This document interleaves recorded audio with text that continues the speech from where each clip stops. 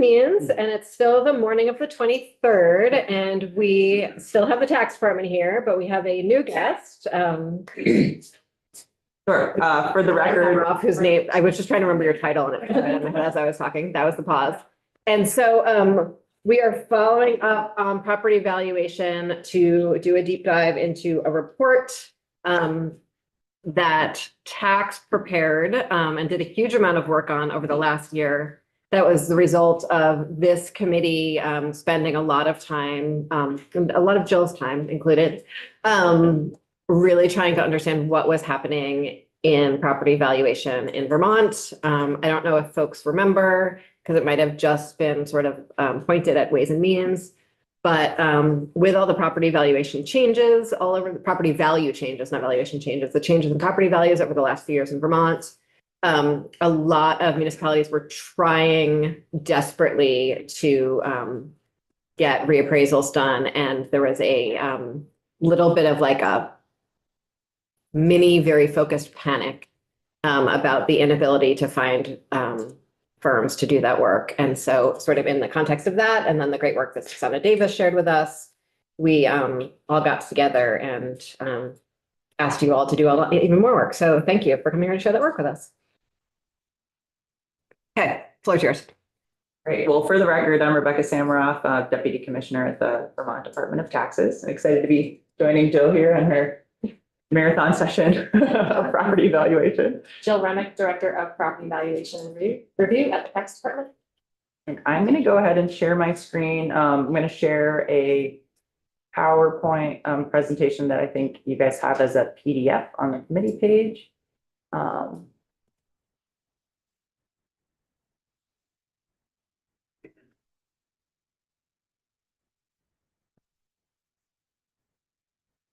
Let me try to share my screen so we can navigate between PowerPoint and report. I'll see what chaos ensues.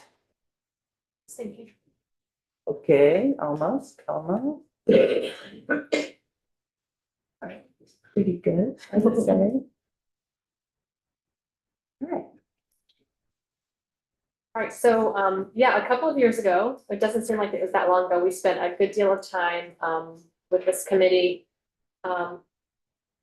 As Madam Chair said, you know, we were definitely sort of reaching a point we felt it was pretty obvious we needed to do something. As I mentioned in my presentation earlier during the PVR annual report, Vermont has historically had no particular timeline for reappraisals to occur. There were reappraisal orders. There was a construct for how to issue those orders to towns. But it became really clear that municipalities are obviously having a harder time finding municipal officials to do just the regular listing and assessing work. There were definitely challenges finding reappraisal firms to do this work. There were definitely some updated needs for training, and there are also some new tools that were not necessarily contemplated when some of our reappraisal systems were established. So it seemed really important that we sort of had a sense of urgency about sort of how can we revamp our reappraisal system to address those needs and sort of move forward. And just as a reminder, and there's a definition on page 17 of the annual report, but so a reappraisal is basically when a municipality, whether it's by order or by their choice, decides that their grand list values of their properties in their town need to be reappraised so that the assessment at fair market value for highest and best use needs to be updated. And so typically what happens in Vermont is that the listers and assessors determine that that needs to happen. They talk to the select board, they hire a contracting firm, and the firm does that reappraisal work for them. But we were definitely reaching a point where we were struggling to find and recruit folks to be in those assessment positions. Also that firms were finding it sort of feast or famine, so they were having a hard time staffing up. The cost of some of the requirements in Vermont was really expensive.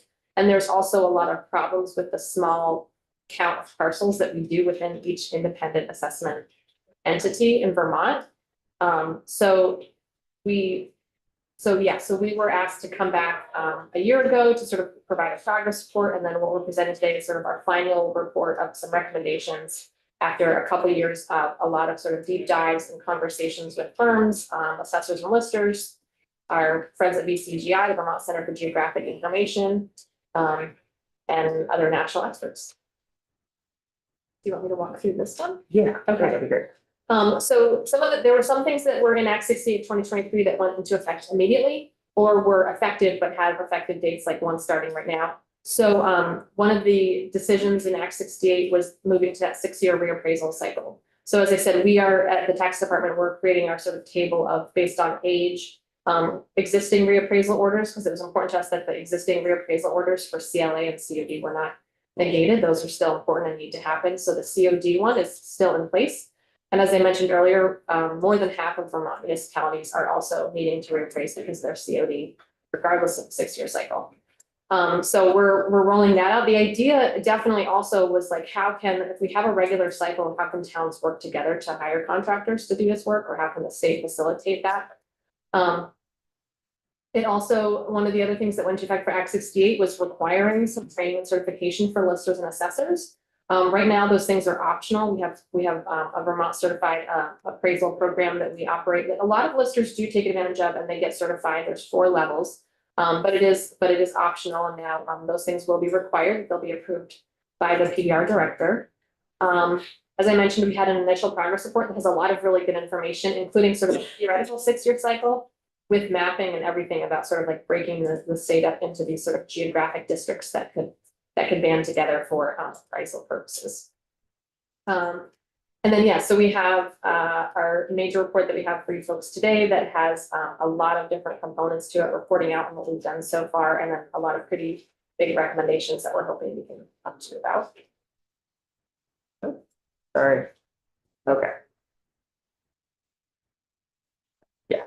And so I don't know that you folks have had a chance to read through. It's 195 pages, the report, but I did want to point out it's sort of 3 reports in one. So there's the main body of the report, which is the tax department's report back to you all with our recommendations, and then sort of a deeper dive into where those recommendations came from.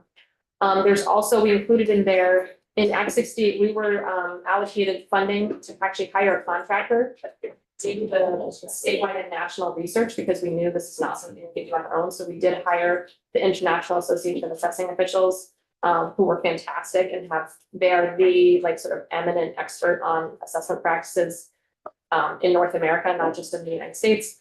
And so they actually did a really good deep dive into what other states do for all of these components. They also, and they surveyed all the different states. And they also just have such a wealth of knowledge because of what they do. All the states are part of that conversation.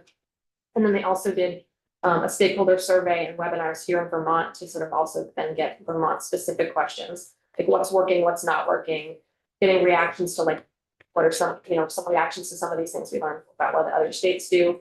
So that report is also a piece of like an appendix, which has so much interesting good information. I was rereading it last night to prepare for this, and we could have them come in too. They'd be happy to come in and talk through that. I meant to have that. And then also there's a third section, Vermont Center for Geographic Information. They're part of, I think, ACCD, but they're this amazing group of they're an amazing entity here in the state government that does all the geographic information work. And so they have really robust parcel viewers. They collect parcel data from all the municipalities. Any of the cool like graphs and charts and interactive things that you see with state government, VCGI is behind, and they just play a really important role in collecting so much important data. The parcel data in Vermont has like so many hits you would not believe. It's definitely like the most used data that we post in Vermont. So I would strongly encourage you to have them come in. They have a section of this report that is in there as well that will sort of touch on too, but we share a lot of their sort of recommendations and suggestions for how we can improve data collection and parcel maintenance and mapping in Vermont. Gosh, keep doing that same thing. And they're part of the Agency of Digital Services now, actually. Yeah. When did that happen? Several years ago, 2016. So again, I really strongly encourage folks to just take a breeze through the IAAO report. It's also pretty easy to digest because they have a great mix of sort of narrative, but also tables about what other states do. But sort of here's some of the like big takeaways, if nothing else, just the Twitter version of that report is that we are outliers nationally by a long shot by how small our assessment entities are. That is not the norm. Even in other rural states, they do this at maybe the county or statewide level. So Vermont's average assessment jurisdiction, meaning like how many parcels, is about 1,400 parcels, which is the smallest of any of the states that got back to us. And our average population per assessment jurisdiction is the smallest in the country. So nationally, it's more like, 150,000. So most states, and I think this is probably not unique to reappraisal, but most states do this work at the county level. There are obviously some big cities, right, like Indianapolis or Chicago that have a district, but the states do this reappraisal oversight and work at the county level. There's a couple that do it at the statewide level. So we literally do it on every single 251 municipalities. Which means our data is subject to volatility, right? It's tiny, it's a lot of work. And it's really sort of doing it in isolation. And so it's not particularly cost effective or helpful from a reappraisal perspective. Makes it challenging. Most states do some sort of a reappraisal cycle annually, and if not, at the very least 4 to 6 years. We had to spend a lot of time defining reappraisal versus reassessment because that is sort of different in different places. I would say that what we do in Vermont, where we do the equalization study and we come up with a CLA that's applied to the tax rate, that's the indirect equalization. A lot of states do that same sales verification study, but they apply it directly to the values. But same idea that like nationally, they're maintaining and adjusting their grand list on an annual basis. And then doing a full reappraisal, like inspection or data mailer, at least every 4 to 6 years. Most states don't require interior inspections. Right now, Vermont's reappraisal rules require that towns at least attempt an interior reinspection. There are some really neat available technologies now that were not there a while ago. You can see some pretty detailed ortho and oblique imagery that can tell you about roof lines, can tell you about square footage, can tell you about how many, how many stories, deck, quality of materials. There's a lot of things that you can get from that. So and some Vermont towns that have the capacity have already taken advantage of these, but it's again, very much in isolation. Like they might do it here, but then that drone is flying over, all of Washington County, but that one town is paying for that and using it. So are there things we can move to the state level that would give the towns and reappraisal firms more information using technology that we have and that are already happening around us, that could be more cost effective and could help us move away from interior inspections? As we mentioned earlier, like we definitely heard from Susanna Davis, who's the director of the Office of Racial Equity, and also just from national research and from IAAO as well. There are a lot of implicit or unconscious biases related to appraisal of property, and you really can get a whole lot of quantitative objective data without doing an interior inspection. Most states do not require the level of interior inspection. So those are just some of the context. It's really stark when you read the IAAO report and sort of see how different we are from the rest of the country. Yeah, and I feel like we can't overemphasize the equity gains from, kind of paving the way to introduce these kind of new tools to Vermont, because otherwise, we'll introduce new tools and then also think about regionalization, which we'll get to in our recommendations, because otherwise you really have a piecemeal system where in some jurisdictions or in some pieces of jurisdictions, assessors are capturing like new additions on homes or, development. But if there's a situation where there's not zoning or permitting, that kind of has like a flow of this information through official channels, like, it's found very piecemeal, which, is unfair to taxpayers across the board. And, the more, it's just not very fair if only, some value is getting added to the grand list, especially when in our context of a statewide education tax, it means that every other taxpayer is shouldering a little bit more on their rate.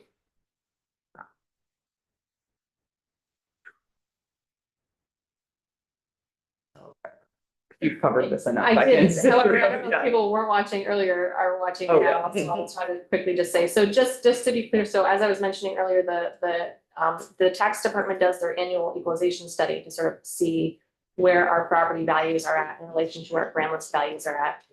And then we can issue reappraisal orders to towns based on the results of that study. Towns can also choose to, and sometimes do voluntarily do a reappraisal. And say, I can see the writing on the wall. I can see where our property's going. We're gonna get in line for a reappraisal with this contractor now, which is also great.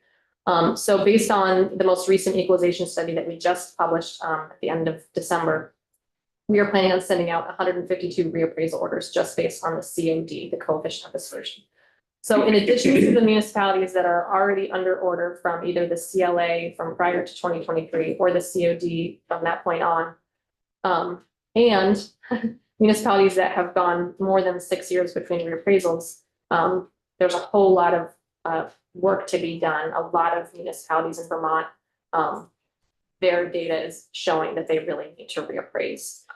And as we mentioned earlier, there's a regressivity with the longer that you go between full reappraisals. So the longer you sort of go between sort of that calibration of your values, then the inequity within that town happens and the lower value properties are paying a higher proportion of their property value and their property tax than the higher value properties. So it continues to sort of exacerbate inequities the longer you go between reappraisals. Okay, so this is, taking that background, and I think we'll keep weaving in some of the background findings as we talk about our recommendations.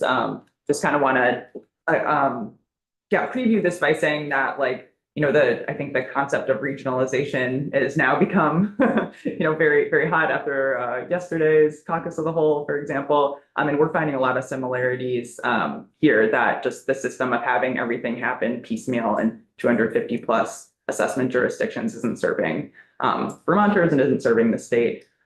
So this builds up to our first big recommendation, which is a big change for the system, which is creating multi-town assessment districts. We're abbreviating that as ADs for both reappraisal work and also just the grand list maintenance that goes on in between reappraisals that Jill has spoken about.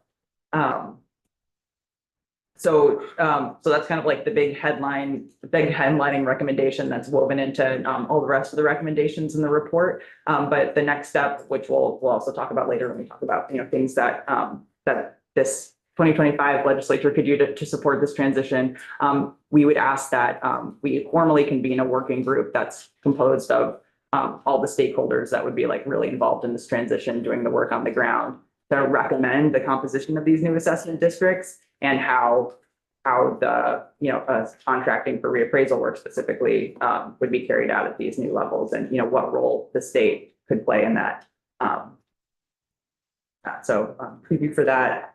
At these assessment districts, another big change is that they would allow for full-time paid assessment district staff to work across the member towns to do that, annual grand list maintenance work, and as well as support the reappraisal process. So our vision for this was that the AD staff would replace the current municipal elected listers and reappraisers, but that would be like a perfect pool of applicants for this professionalized role in Vermont assessment.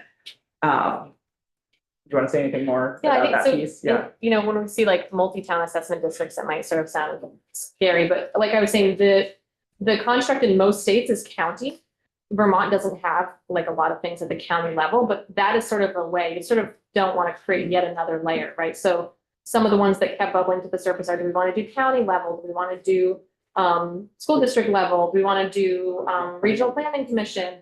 And then also in our report that we gave last year, we sort of took a stab at it. There's groupings based on parcel count, age of grand list, school district. There's lots of things. So you can sort of suggest these groupings could be a few different things. But the more we talked about this and the benefits of having some of this work done as a shared entity, right? Statistically, for appraisal purposes, you want a larger pool of properties that are within your market. From a staffing perspective, so we see a lot where there are a lot of people who are professional assessors who are working part-time in multiple towns, which is great. And also it means that they're not working full-time anywhere, which means they're not getting benefits. So they're patching together, 40-hour a week of work. And it also has been very challenging for towns to share these employees, even though it would be really beneficial for a lot of these towns who don't need a full-time professional assessor. And that was something we heard in talking with BLCT about this as well. It's just like, there is a need for these to be like professional positions that get benefits, paid time off. And right now that is not making this a very appealing career path to go into, right? You basically have to have a lot of gumption, for lack of a better word. You've got to like proactively patch together a full-time position across towns. And as you can imagine, working for like 5 different select boards and trying to patch together your time and covering those boundaries, it's really making it challenging for people to go into this profession and do this work. There's huge demand for the work, for both the day-to-day groundless maintenance at the local level and the reappraisal work. But there's not really a clear career path. It's really kind of hard to get your foot in the door, and there's not a lot of like guaranteed full-time work here. So it makes it really hard to find and recruit full-time people.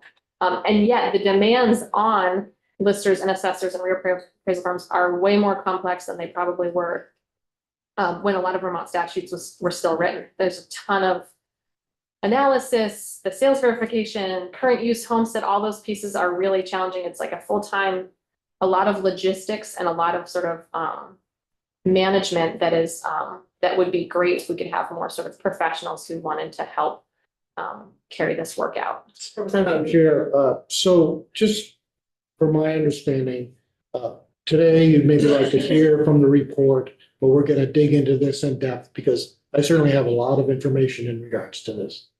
Thank you. And so the other piece that came out, I think, as Rebecca was saying, is we cannot come in here and say this is what assessment districts should be. This work is going to be done by listers and assessors from each town, select boards, reappraisal entities, right? So like it felt very unhelpful really in the end, and kind of a dead end for us to just come in and be like, this is what we think assessment districts should be. And also just keeping sort of in the back of our mind, I think there is a legislative county governance committee that's looking into like, what are some things that can be shared? I know that the LCT is trying to figure out what are some, because this isn't unique to reappraisal, right? What are some other contracted services that towns can share across town boundaries? So there's a lot of Conversation about school districts. school district maybe. It felt like there are some recommendations in here that we think we can like, sort of kick off. And then there's some that really would probably be informed over the next year or so by a working group and plus where the winds blow. Representative Welcome. I'm just curious why here you're suggesting a working group, whereas in other sectors, you're suggesting a solution around the size of the unit. Is there a reason to separate this conversation from some of the other conversations that are happening Which conversation? about how big these assessment districts are? I'm just interested that there wasn't a recommendation to tie the assessment districts to the new school districts, for example. Oh, Yeah, well, this work again started 2 sessions ago, so it was like well underway. These were parallel processes, and I think you're absolutely correct. There's a huge opportunity to consider these things together. The momentum continues on education reform, which is really exciting. Those districts would be a great, what were we calling it? We're saying it would be great to have something with glue, like a county, planning commission. A school district was not a solution when there's 250 plus of them to our issue. If there are fewer, absolutely, school district would be great. So Madam Chair, just on that note too, so I currently sit on that working group. It's the Regional and County Governance Working Group. We did have 2 meetings. We're suspending action until more members can be appointed. We lost some members on it, but anyway, it's a process. Yes. In theory, we're talking about additional staff for PBR, so I'm just curious, current staffing level, are you fully staffed? currently?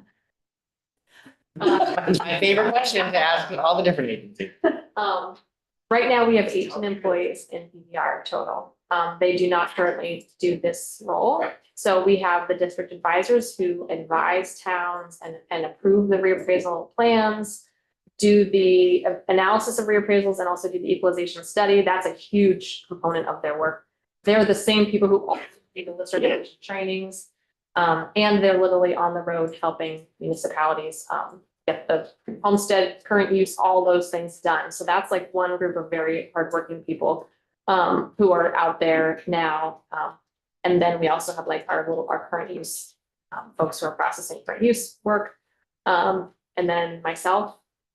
And, another employee who's like a data analyst for us, who helped a lot with the annual report. So we certainly would not be able to, carry this out right now. And we're pretty swamped anyway. But the idea is, like New Hampshire does it this way. So they do this at a level similar to us, and then they have they're state employees, but they actually work for those conglomerations of towns and help them get the work done and do the analysis and like make sure they're on track.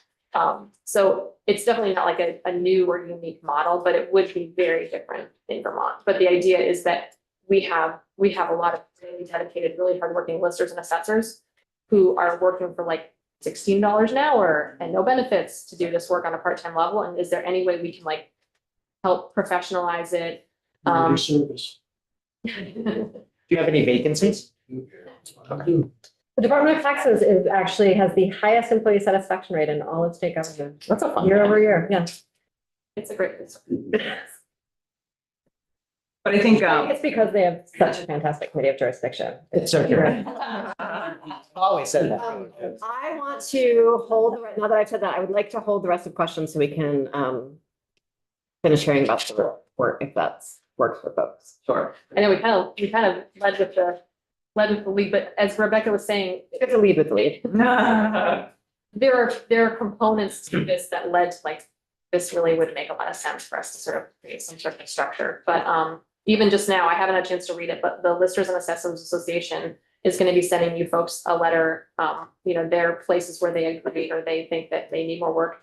They are very interested in being a part of a group to proactively set this out because they know that there are towns that are having a really hard time finding individuals to do this work.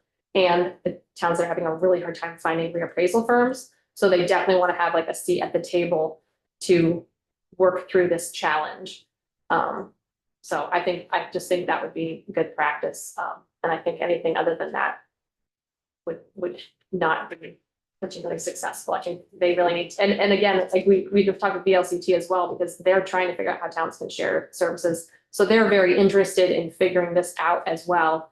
And being a part of that conversation. Because right now there is a legislative construct that allows towns to create assessment districts within their school district boundaries, and it requires like a vote of, it has to be, I think, 2 or more of the towns within that district. And the way that it's articulated in statute, they would then get the same CLA and COD and things like that. So it makes a lot of sense. I think it's a little intimidating. I don't think any towns have actually even applied to us that they were interested. I think there were a couple towns that asked some questions about it, but so there's curiosity, but there isn't anyone who's actually set up that shared model yet. And if you think about the way our statewide education property tax works, where the CLA and the COD are calculated, and I'm very interested in how other towns around them are sharing their school budget and how their CLA and COD impacts that. And they're usually similar markets. Sorry. Oh, sorry. It's an important detail of all of this. I feel like I kind of jumped in a little bit on this. Yeah, I'm so happy to be in here talking about this report. It feels like about 6 months went by since we submitted it on December 15th. So yeah, I think both of us were like, wow, this was incredible work we did. It was my lunchtime Second ago. meeting for like a whole week. It was very delightful. And I will just, like a lot of great questions, which I understand we won't be jumping into now, but we're just kind of trying to give the wave tops of the report. And I know it's hefty, but really like the tax department kind of distilled recommendations are only like 30 pages at the beginning, late 30. So really would, recommend digging into more of the discussion there. And as Jill said, we think another like almost, more important or equally important task of the stakeholder working group is really, figuring out how to standardize reappraisal contracting, make sure there's like standardized components of that, and also figure out what the state's role should be in oversight or in the contracting process itself. That's another thing that just feels like very essential to have the buy-in of the folks doing the work. The folks that will be impacted by, the reappraisal outcomes, make sure we come to that decision together. Yeah, and I think it's important to also recognize like part of the reason it's important for this group to get together and have these conversations is the current construct sort of has a lot of haves and have-nots. So there are municipalities that have like the resources, they have like full-time staff, they can hire ortho imagery, they can have a sketching software, they can do all these things, and that's happening in isolation. And then there's a lot of towns that that don't even get responses to their reappraisal RFPs. They're having a hard time keeping folks to do the work. There's a lot of listers and assessors who continue to do the work because there's nobody that is coming in after. So what's happening now is not equitable. And so it's really important that the towns are the ones at the table seeing how they could work together. And I think it's also hopeful with the IAA report, just to kind of open our eyes about like how different what we're doing is. It doesn't have to be this way. But there are like contracting, we felt like we couldn't also, we don't have the authority to dictate how towns contract with each other for work. There was different lenses through which we could look at this. We could have just said, okay, we're gonna have all the contracts of the state and we're just gonna assign them out.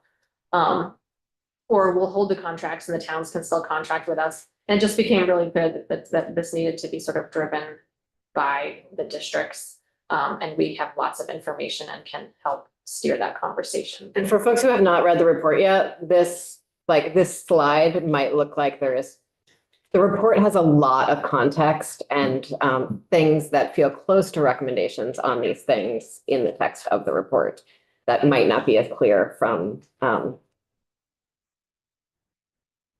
you're describing them as open questions in the bullet points, and I would say there's like a whole lot of content under those that could really show some very clear decisions in the content of the report.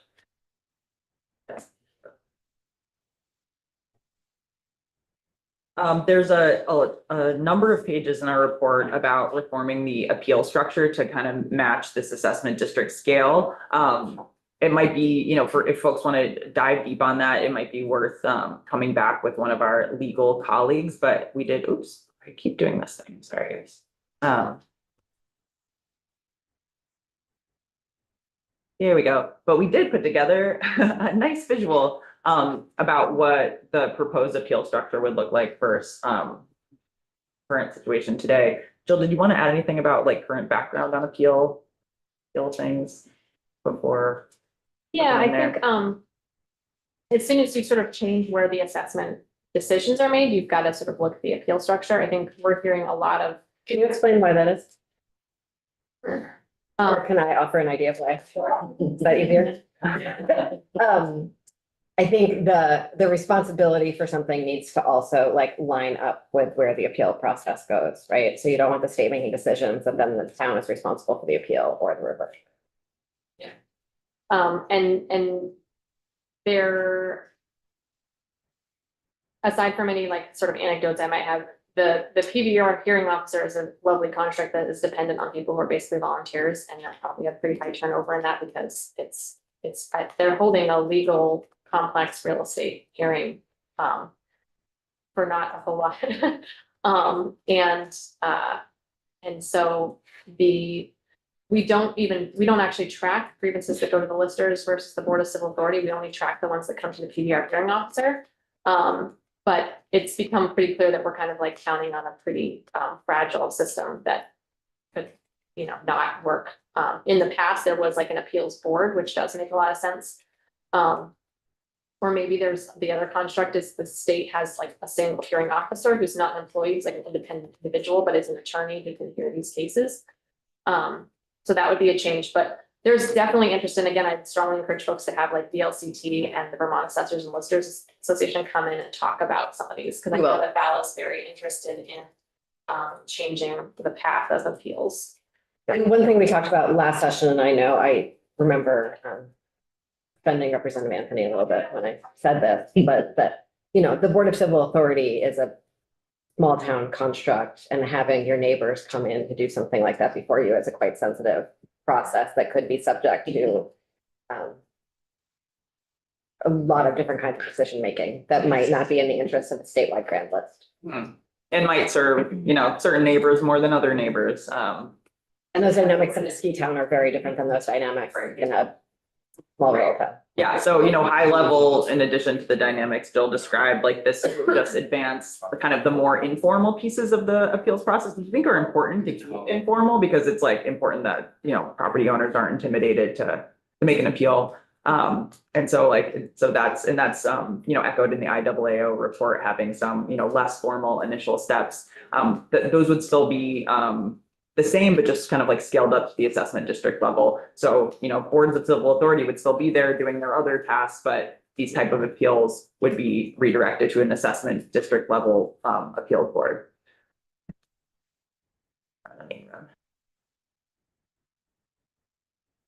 All right, this is a little less controversial maybe. So there seems to be pretty much universal about this. So just to be clear, the current statutory deadline for the grand list to be set is April 1 each year. And everything kind of stems from that date: homestead, current use, property taxes, all sorts of different things flow from that. But and I think it was probably set decades ago when listing and assessing wouldn't necessarily happen as much during like the winter time. And then maybe April 1 made a lot of sense just from like a logistics on the ground purpose. But what it's doing, what we're trying to address is, and again, this is something that I think is universal agreement on from pretty much everyone, but it would take some digging through the statute to make sure we catch it everywhere.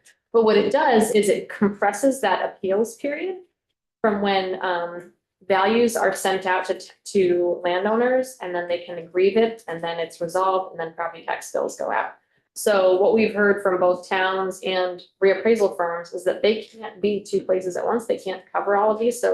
So it really has compressed the grievance period to this little few, like 2-week window. And so they just can't do more reappraisals in a year because they can't do more towns. So there's a nice sort of Gantt chart in the IAAO report that just sort of shows the breathing room that this would give us. And it just sort of makes a lot of sense logistically too, that January 1 is kind of when a lot of things are effective. That let's look seriously at moving that grand list date to January 1 and creating more breathing room for the valuation, for the reappraisal results, for current use, for homestead, for all those pieces, and also just to have it be sort of like lined up with the beginning of the calendar year. So I don't think there's anybody who's not interested in this, but again, like making sure we capture it and think about all the different pieces. So we'd like to come back with some specific language next year after doing that legal review. Okay, the next slides kind of move into the part of the report that asked us to address property data and information technology that underlies collecting property data. This was an area where we also relied on BCGI's expertise in parcel data and some of these kind of like new spatial tools to help discuss and formulate our recommendations here. Just big picture, as Jill probably mentioned in your first testimony, and then again here, the property assessment's evolving rapidly. There's a whole bunch of technological advancements in addition to some of the data tools that we use in Vermont today, like a computer assisted mass appraisal system or CAMA system that is like the big database kind of behind those final data points that end up on the grand list, but are much richer. There's also and then like many towns have mapping and parcel data maintenance systems too, like more of the GIS. And then there's additional tools and technologies that aren't as popular in Vermont yet, like sketching software, ortho imagery, different types of aerial imagery that are to the extent that they're used, it's inconsistent across towns and kind of managed in the 250 plus jurisdictions different ways through different contracts. Some of them relying more heavily on contractors to do it, some of them relying on in-house expertise. So in general, just there's a great opportunity provided by the regionalization approach of moving to an assessment district with professional staff, where these could really be like, the building blocks of upping our technology opportunities. You have professional staff that can get trained and really like hold the wisdom and subject matter expertise in these tools and use them, much more equitably across Vermont properties. And the great thing about these pieces is this is already in place. Like these are all things we can leverage now. So there's a voluntary parcel data program that the state implemented a couple years ago So, and again, VCGI should definitely come in and talk to you about that. So towns were given sort of like an incentivization and VCGI hosted mapping contracts to really get like genuine good statewide parcel mapping data. And I think that's in 2019. And then from there on, towns are maintaining their data. And so the vast majority are continuing to maintain that data, but it's not 100% statewide. And so that makes the data a little yet less useful when there's some pockets of missing data. And then the CAMA, so the computer assisted mass appraisal, those are all the software systems that the towns use at the local level to come up with their property values. So again, every town has a CAMA system. The vast majority use the New England Municipal Resource Center one, but there's also a few other CAMA systems. Those are all the ones that feed into our grand list software. So that already exists. And so what we're looking for is can we all agree on what the fields mean so that we can aggregate this CAMA data at the statewide level to give us information like how old is this town or how old is this house? You know, year built, number of units is something that a lot of policymakers would be interested in. We don't currently capture that on the grand list, but it lives in the CAMA data. You know, volume of heating system, number of rooms, things like that. Those are all things that are captured in the CAMA system for appraisal purposes. And could we pull that up to the state level so that we have really good data, but it wouldn't require more work on anyone's part. And they also just the piece is sort of like, there are so many more things that we could do to make the parcel data strong, and the grand list data strong. If it wasn't really voluntary, if we could just sort of like say, hey, can we all agree that we can all pull these fields out of your CAMA system? So. And you're posing those as questions, but I think the answer is yes, because we've had really great stakeholder meetings so far with our core CAMA providers and VCGI to talk about kind of hitting, first of all, like a series of like kind of more low hanging fruit data fields that, you know, we could try a data standard, you know, having folks commit to doing them the same way. And the key is like to not cost the municipality any more money because they don't have resources, and also not give them more work or give them another place they have to maintain the data. So that's why it's like, can we just pull these pieces out and then we have that statewide picture? And I don't want to be redundant, but having every single town go at it alone for something that is a statewide education grand list where any inequity in it impacts the town next door and the town all the way across the state is just irrational on like a very basic level. And so I'm excited about this progress to be able to do something about that. We also are running out of minutes. Oh, that's good. No. That's what I'm here for. Well, I think this was like getting into some of kind of like the advantages that we've already talked about in our much more detailed in the report. I will just point out that in the assessment district world, there would be a requirement that towns within the assessment district use the same CAMA system. This is what would allow reappraisals to happen for that whole group at a time. It's not, you know, it's not a wild ask to change CAMA systems. Some towns do it with every reappraisal if it's been like 15 years in between. So that's just, you know, calling that out. That's something we, you know, would expect to have, you know, some feedback about. But yeah, overall, just great potential for key public policy data being available to us at the statewide. And to your point about like going it alone, like IAA does a really good analysis of like what other states do versus what Vermont does as far as do we have just a statewide CAMA system and everyone can just use it and the state hosts it, which I guess is what we used to do. We used to do until I came along. I don't know. But there are a lot of reasons why that would make a lot of sense. But so the IAA recommendation, like I think the pros are definitely higher than the cons, but again, that's another thing that we want like just sort of stakeholders to help us do and talk about. Right now, the concern is like, well, then you just have one. Is that a monopoly? Is that, what if the state doesn't, you know, I don't know, doesn't pick the one that we want? So at a minimum, if you're sharing assessment practices, you could use the same CAMA system. Just make a lot of sense. And typically the reappraisal firms are kind of linked to CAMA systems. So certain firms use certain CAMA systems. And so those towns use both that firm and this CAMA system. In the interest of time, I'm just gonna bounce ahead to this slide, which talks about you know, what we like to talk to this committee about in terms of next steps for this session. We've already talked about convening the stakeholder working group to consider the formation of the assessment districts and the structuring reappraisal contracting for all the reasons we've chatted about. We also think it's really important to enact transition language to address moving from kind of this hybrid we're in now, where we have the 6-year cycle in law, but there's also still reappraisal orders going out for other reasons, and towns contracting now out to 2029.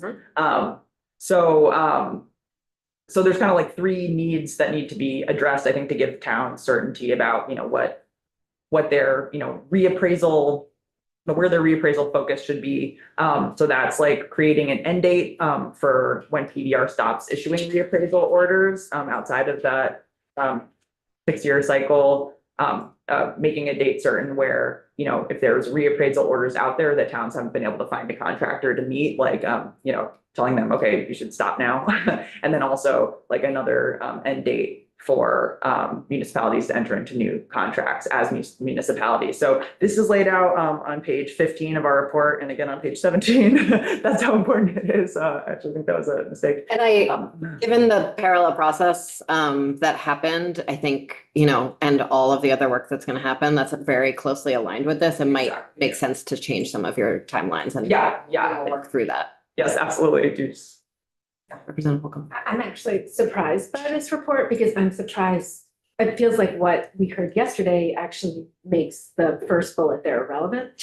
It seems like, given what you're saying, it would actually be much easier to consolidate your assessment districts than to consolidate into 5 school districts. And it feels like the concerns around equity are pretty significant and easily addressed by consolidating the assessment districts. And I just wondered why you didn't align your plan with the plan that was presented last night, and why do we need a working group? Yeah, well, I think that the timelines of these 2 parallel processes, were these projects were not done in parallel. I will say that education reform package should by far be the driver of any consolidation considerations. I think that rather than, appraisal districts informing that process, the education process should inform reappraisal districts. So we should just be on the same timeline as the districts for education. I mean, I think the time, I would need to think more about, some of these timeline considerations, but I think definitely that's important thinking to do and work to do, making sure that these timelines are, in lockstep as much as that makes sense. And So just then from the a- issue then is just the transition language. We don't need a working group to figure out what these districts look like. Maybe not if the district makeup is clear because of what's happening in education reform, I agree that might be a pretty easy consideration. I think it's still really important for the working group to come to, consensus if possible, but at least hash out the options of what the state's role should be in contracting, like some of that other big question about, what does reappraisal contracting look like for these assessment districts and what role does the state play in, standardization and oversight. And those are all conversations that are happening anyway. Yeah. Absolutely. I think we need to, Jill, I think you had a sentence you might have, but no pressure on that sentence. It's not there anymore. You'll have the last word if you It's want my it. own experience. We submitted the report December 15 and I wasn't privy about any other, so it wasn't an intentional, it wasn't an intentional misalignment. But I think that's exactly it. That's why we didn't say it should be regional planning commissions or it should be county, because there were clearly other sort of conversations happening. But as soon as you sort of plug in, okay, here's what a district looks like, then here's the pieces we would say need to fall from that, right? The appeals process, the contracting process, as soon as you sort of pick a direction, then there's a domino of things that would need to get addressed.